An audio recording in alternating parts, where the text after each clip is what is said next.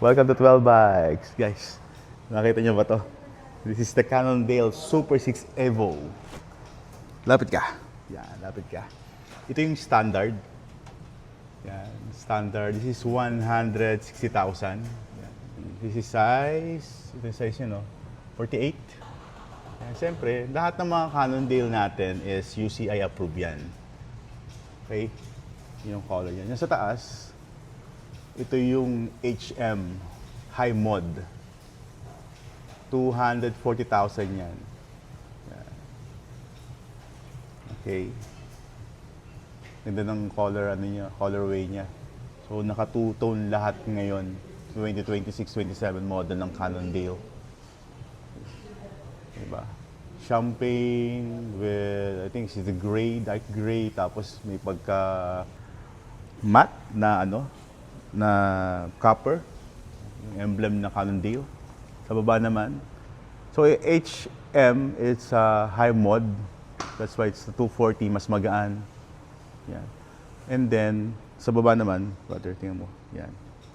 This is size 51. No, size 54 pala. 54. May 51 pala tayo nito. Tapos, high mod din to. This is a 240,000 frame set. So, yan. Sa road bike. Kung hindi kayo masyadong familiar sa Super 6 ng Cannondale. Sa color, the blue and dark gray with a metallic gray gloss na Cannondale emblem. So yan, guys, 240, size 51, 54 meron tayo. This is 48 and 51 meron din tayo. This is the standard and also taas naman yung high mod din siya sa 240. 48, 51 and 54 meron tayo niyan, naka-box pa. Guys, PM lang kayo sa 12 Bikes kung may mga tanong kayo pagdating sa mga Cannondale na Super 6 2026-2027 model. The best, di ba? Ganda. Wow. Gusto ko rin magkaroon nito. Maganda rito pala, ano? Nakita mo, lapitan mo to. Threaded BB siya. No? Threaded siya. Nice.